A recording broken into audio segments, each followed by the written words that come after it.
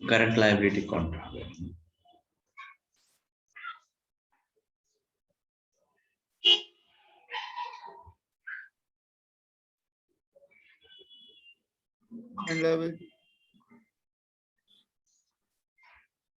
Mortgage take হবে not payable within 12 months. Okay, mortgage notes payable $16,000 due within 12 months, but total not payable টা value হচ্ছে 355. হ্যাঁ, তার মধ্যে $16,000 ডিউ হয়েছে। That means it's the current portion of the long term liability. এটাই তো mean করে current portion. আচ্ছা, বাকিটা হচ্ছে short term debt that the company has refinanced with long term debt shortly after year end but prior to the issuance of the financial statements. এটা আসবে না। আর এটা হচ্ছে deferred tax liability arising from book and tax differences, যেটা আমরা দেখলাম যে difference হয়, সেটা deferred tax liability অবশ্যই না। আচ্ছা, deferred tax liability টাকে short term liability বলা হয় না কেন, বলা যায় না কেন? এই ভুলটা করতে পারি। হ্যাঁ, কারণ এটা কনসিকুয়েন্স তো শর্ট টার্ম না, কারণ আমার আচ্ছা পেমেন্ট করতে হবে না কাউকে। হ্যাঁ, তার মানে এটা কখন মানে Adjustment. অ্যাডজাস্ট হবে এটা নট শিওর, হ্যাঁ, হ্যাঁ, আনসার্টেন কিছুটা। স্যার মানে নগদ এটা কেন ক্যাশ পেমেন্ট হবে না শুধু? আচ্ছা, না ক্যাশের ব্যাপারটা তো আলাদা। না, না, মানে যে Cash কেন impact টা- লাইবিলিটি আনবো না, কারেন্ট লাইবিলিটি আনবো এটা। হ্যাঁ, কারেন্ট লায়াবিলিটি না কেন এটা? না, চলো আমরা উপরেরটাই পার্ট মর্টগেজ। আচ্ছা, মর্টগেজ এর 16,000 টাকা যেটা কারেন্ট পোর্শন, এটা একেবারে স্পেসিফিক বলে দিচ্ছে ভিতরে যে তার টোটাল নোটস পেয়েবল এর ভ্যালুটা হচ্ছে 3,55,000। 16,000 সম্ভবত তার খুব সন্নিকটে কোন একটা ইনস্টলমেন্ট চলে আসছে। সো এটা হলো current portion of long term liability is short term liability. সেই হিসাবে 16,000 মূল প্রিন্সিপালটা ওইটাই, current portion of long term liability is short term. 17 এ আসেন। 17 এর প্রশ্নটা কি ছিল? What amount should Bright report as current liabilities on its December 31st, 2013? এটাও একই, মানে মূল প্রিন্সিপাল একই প্রশ্ন। What amount should Bright report as current liabilities? আচ্ছা, তো এখানে দেখতে পাচ্ছি কারেন্ট, আচ্ছা অ্যাকাউন্টস পেয়েবলটা তো অবশ্যই short term. Unsecured notes 8% due July 1st, 2014. এটা কি নেওয়া যাবে? আমরা আসি তো মনে হয় এটা বেস্ট টাইম তো এইটা 31 ডিসেম্বর 2013। আচ্ছা, 2013 ব্যালেন্স শিটে কত টাকা আসবে সেটা তো আসার সুযোগ নেই। হ্যাঁ, এটা সুযোগ নাই, জুলাই। আচ্ছা, আনসিকিউরড নোটস 8% ডিউ জুলাই 1, 2014, সেই হিসাবে তো দেখতে পাচ্ছি যে 6 মাস পরে এটা ডিউ হবে। হ্যাঁ।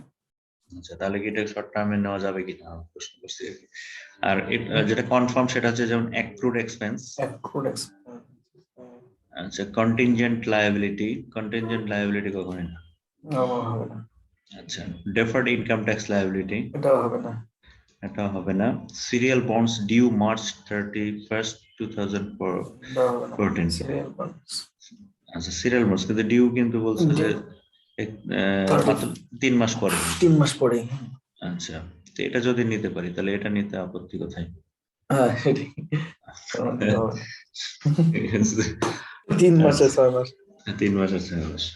সো এগুলো সব বান্ডেল করলে হবে 14,90,000। মিলাই নেন 14,90,000 হয়েছে কিনা। যে এই 10 এখানে কত সিরিয়াল বন্ডস 2014, তার মানে এই 10 লাখ আসবে। 14 লাখ 90। 10 আর এই 4 14 আর 90 কিভাবে পেলাম? এই যে এটা 55,000 আর হচ্ছে 35,000। 55 35 হলো 90 আর 10 আর 14 ক্লিয়ার আশা করি।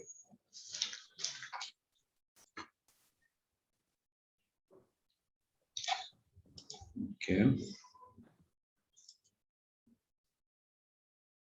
18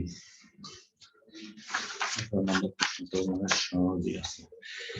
আচ্ছা, এটা প্রশ্নটা কি ছিল যে in Clark's year 3 income statement the deferred portion of its provision for income taxes should be deferred portion কত হবে 37,500 টা কিভাবে পাইছি এটা বললে। আচ্ছা, প্রশ্নটা একটু দেখি কারণ কেউ অনেকে এক্সাম দেয় নাই, যেমন মান্না ভাই দেয় নাই, জুনায়েদ ভাই দেয় নাই, প্রশ্নগুলো একটু দেখতে হবে। For calendar year 3 Clark Corporation had depreciation 3 lakh on its income statement. Okay, on its year 3 tax return Clark had depreciation 5 lakh. Okay, tax return এ যেটা দিছে 5 লাখ, তার মানে এটা মানে এনবিআর এর বলে দেওয়া ট্যাক্স রেট অনুযায়ী হয়েছে, এখানে তো আসলে স্কেপ করার কোনো সুযোগ নাই। As Clark's income statement also included 50,000 accrued warranty expense. Accrued warranty expense that will be deducted for tax purposes when paid in future year. Okay, Clark's enacted tax rates are 30% for the year 3 and 25% for future years. These were Clark's only temporary differences. আচ্ছা, যে ডিফারেন্সটা create হবে শুধুমাত্র এই কারণেই হবে। So in Clark's year 3 income statement the deferred portion of its provision for income taxes should be কত?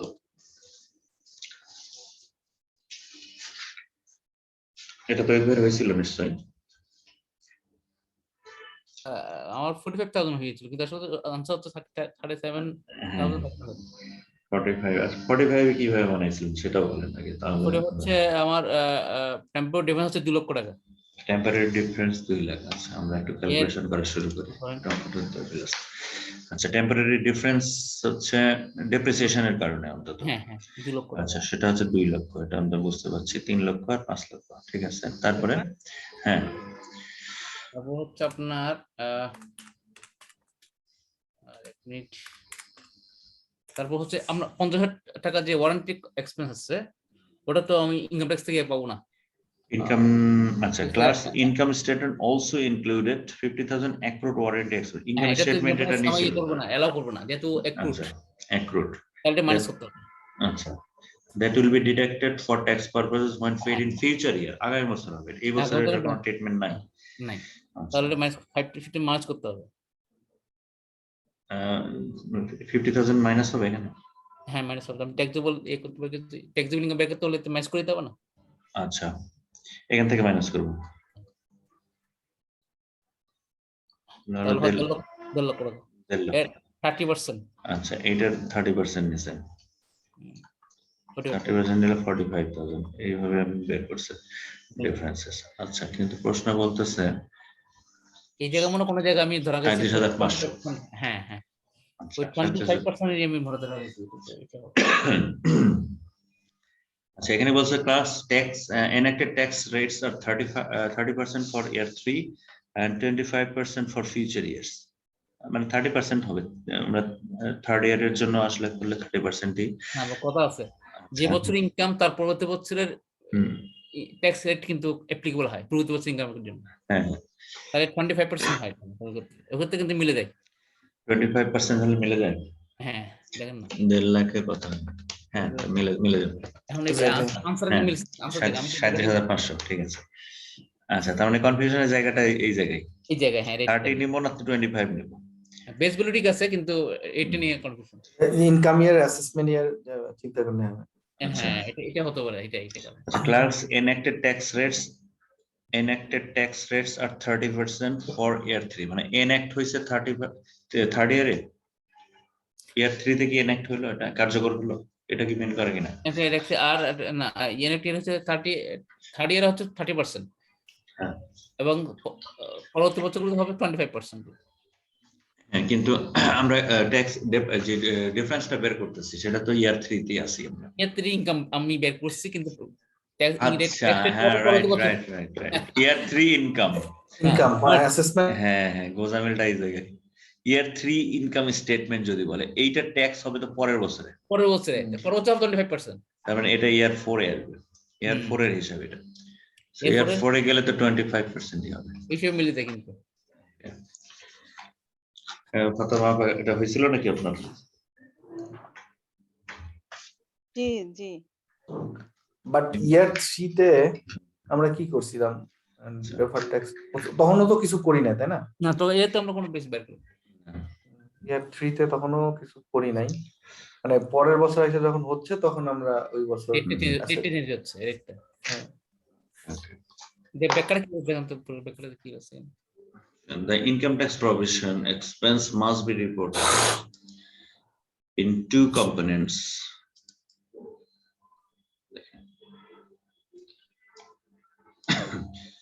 Income tax provision expense must be reported in two components: the amount currently payable, current, and the tax effects of temporary differences, the deferred.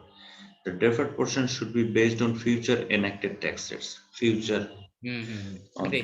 The depreciation difference results in future taxable amount totaling 2 lakhs in year 3 to 12, while the warranty differences result in future deductible amount totaling 50,000. আচ্ছা এর উপর part করে বের করছেন কিন্তু দেখেন ওইটা কি ওটা ডিডাক্টেবল ট্যাক্স লাইবিলিটি একটা তো আচ্ছা deferred tax expense is computed as follows: increase in deferred tax liability, increase তাহলে হবে future taxable income এখানে 50,000 আর increase in deferred tax asset এই কথা এটা শুরুতে বের করে নিলেও হবে এটা তারা ব্যাখ্যা করছে আমরা তো আমাদের অঙ্ক দিয়ে শর্টকাট করে ফেলতে হবে শর্টকাট ঠিক আছে না আপনার ওটাও ঠিক আছে বাট মূল সিক্রেটটা ওইখানে আর কি এক বছর পরে হ্যাঁ এটা আমরা পরে মাথায় আসছে যেটা ওকে ঠিক আছে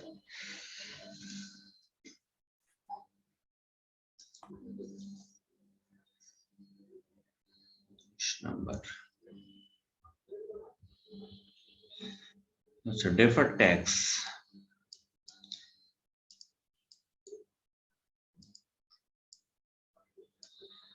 deferred taxes should be recognized for permanent differences and temporary differences respectively.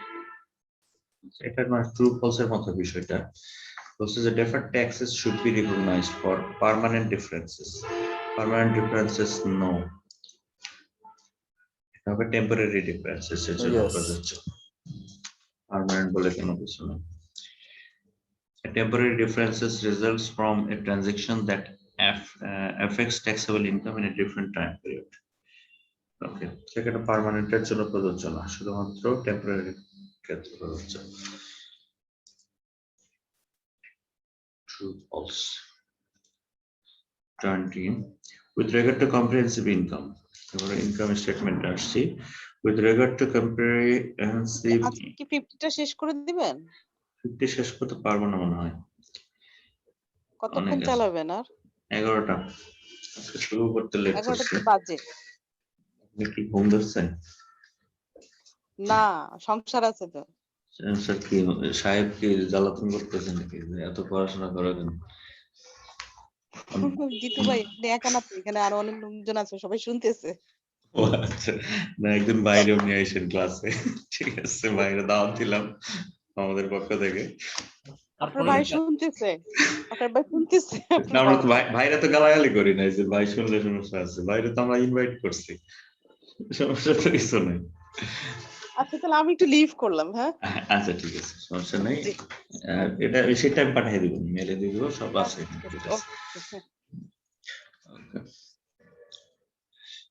with regard to comprehensive income, how does net income differ in one statement approach compared to a two statement approach? এখানে one statement approach আর two statement approach বলতে কি বলছে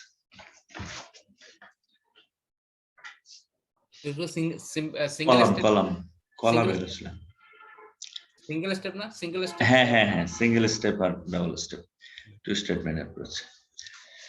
With regard to comprehensive income, how does net income differ in one statement approach compared to two statement approach? আচ্ছা net income এখানে কিভাবে differ করে কিনা The net income is reported as a subtotal in a one statement approach but as a total on two statement approach. এটা ছবিটা দেখালে ভালো হতো আগে কিন্তু অ্যাকচুয়ালি টোটাল ফিগারে তো কোনো চেঞ্জ থাকার কথা না মানে এন্ড রেজাল্ট যেটা বের হবে সেটা কি ডিফারেন্ট হবে Step by step. Net income is reported as subtotal in a one statement approach, but as a total on a two statement approach.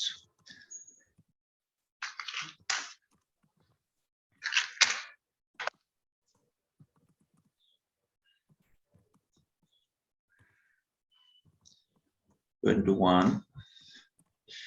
The management of Arthur Energy recognized a contingent liability of 50,000 in the current year. However, before the annual report was issued, the company resolved the issue, making a lump sum payment of 42,000. The board of directors has decided to incorporate the transaction in the subsequent year's financial statements, rather than to adjust the statements about to be issued. Which of the following provisions of US GAAP, if applicable, is likely to suggest the management decision is wrong? এটা কিন্তু একটা written question আসলে, almost written question. এটা হচ্ছে আপনার ওটা যে events after balance sheet এটি আছে না, আইএস আছে না ওটা। আচ্ছা, প্রশ্ন ডিমান্ডটা কি আসলে? Which of the following provision of US GAAP, if applicable, is likely to suggest that management decision is wrong? আচ্ছা, ম্যানেজমেন্ট ডিসিশনটা কি নিল? কি ডিসিশন নিছিল? The management of Arthur Energy recognized a contingent liability of 50,000. আচ্ছা, একটা contingent liability কে recognize করছে in the current year. আচ্ছা, however, before the annual report was issued, the company resolved the issue. আচ্ছা, কোম্পানি সেটাকে resolve করে ফেলছে, making A lump some payment of 42,000. আচ্ছা, যদি রিজলভ হয়ে যায় সেক্ষেত্রে তো কন্টিনজেন্ট লায়াবিলিটি আর কন্টিনজেন্ট থাকে না, না মানে সলভ হয়ে গেছে। আচ্ছা, এনি কনফ্লিক্টিং ইস্যুস হলে ওই অ্যামাউন্ট গুলাকে তো আমরা কন্টিনজেন্ট লায়াবিলিটি হিসেবে রেখে দিই, বা সুট ফাইল হলে। কিন্তু যেটা অলরেডি লামসাম 42,000 দিয়ে এটাকে মেকআপ করে ফেলছে, সলভ হয়ে গেছে। আচ্ছা, the board of directors has decided to incorporate the transaction in subsequent years financial statements, rather than to adjust the statement about to be issued.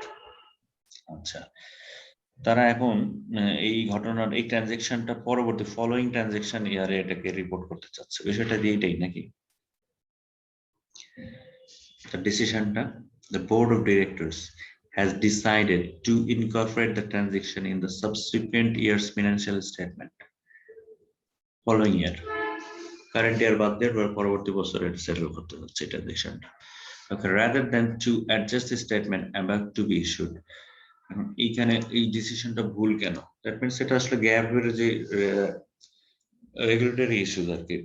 If an event provides additional evidence about conditions that existed as of the balance sheet date before statements are issued, and the event clarifies the estimates used, then the financial statement should be adjusted.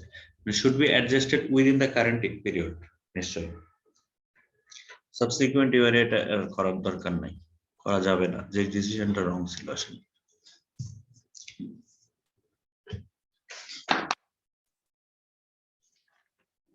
এটা একটু মুখস্থ লাগবে, ক্যালকুলেশনের কিছু নাই এটা।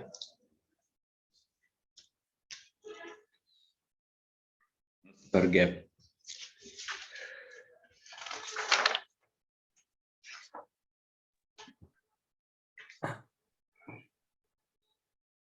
আরেকটা দেখি, one statement two স্টেটমেন্টের চেহারা দেখলাম ভাইয়া। কোনটা? আচ্ছা, হ্যাঁ বলেন। ওটা হলো ওয়ান স্টেটমেন্ট অ্যাপ্রোচ হলো লাইক আমরা যে নেট ইনকামের পরে অ্যাড করি না আদার কম্প্রিহেনসিভ ইনকাম একই স্টেটমেন্টে, ওটারে বলতেছে one statement approach. Two statement approach হলো নেট ইনকাম লাইন ড্রপ করলাম, then separate statement of comprehensive income আরেকটা স্টেটমেন্ট বানাইলাম। ও আচ্ছা, বুঝতে পারছি, মানে আরেকটা টেবিল তৈরি করছে। আরেকটা টেবিল, মাল্টিপল স্টেপ কি? এটা কি মাল্টিপল স্টেপ এস্টিমেট? না না, মাল্টিপল না, আমরা যেটা বলি যে মানে সাবটোটাল করে করে যেটা নিয়ে আসি ওটা না। মানে কিছু কিছু প্রেজেন্টেশনে আছে কম্প্রিহেনসিভ ইনকামের জন্য টোটালি আলাদা টেবিল ইউজ করে, ওটাকে বুঝাইছে। ওয়ান স্টেপ যেটা সিঙ্গেল, মানে দুটো এস্টিমেট থাকবে, একটা ইনডাইরেক্ট ইনকাম থাকবে কম্প্রিহেনসিভ ইনকামের জন্য। এটা কোনটা জানি প্রশ্নটা ছিল?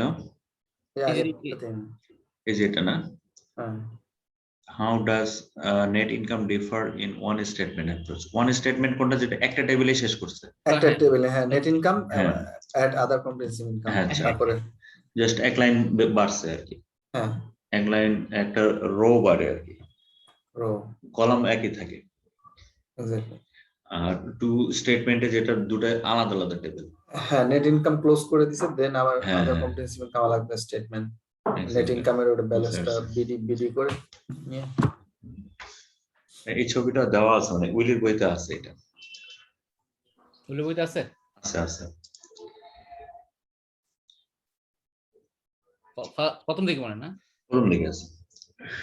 ভাইয়া এই সত্যি কথা, এগুলা হুম। মানে সিএমএ তে কিছু ট্রিকি জিনিস আছে, মানে নলেজ গুলো খুবই নিশ এরিয়ার।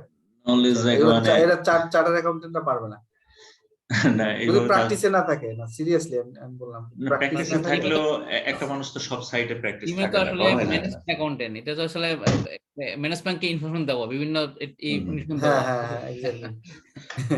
এটা আসলে সিএসসিএম এর দ্বন্দ্ব না, দ্বন্দ্বটা হ্যাঁ, হচ্ছে হ্যাঁ। পড়াশোনার সিস্টেমটা, এমসিকিউ বেসড আর রচনামূলক। সিস্টেমটা, হ্যাঁ হ্যাঁ, এটা এইটাতে আপনার অনেক আন্ডারস্ট্যান্ড করা লাগে, একদম হ্যাঁ, পিওরলি হ্যাঁ। আন্ডারস্ট্যান্ডিং থাকা লাগবে। ডিসিশন মেকিং অ্যাকাউন্টিং এটা। ডিসিশন মেকিং এবং কুইক ডিসিশন, অবশ্যই হ্যাঁ। Quick decision. এবং হ্যাঁ, হচ্ছে আপনার মানে এই সিলেবাসটা শেষ করলে ভাইভাতে আটকানো কঠিন আছে, এক্স্যাক্টলি।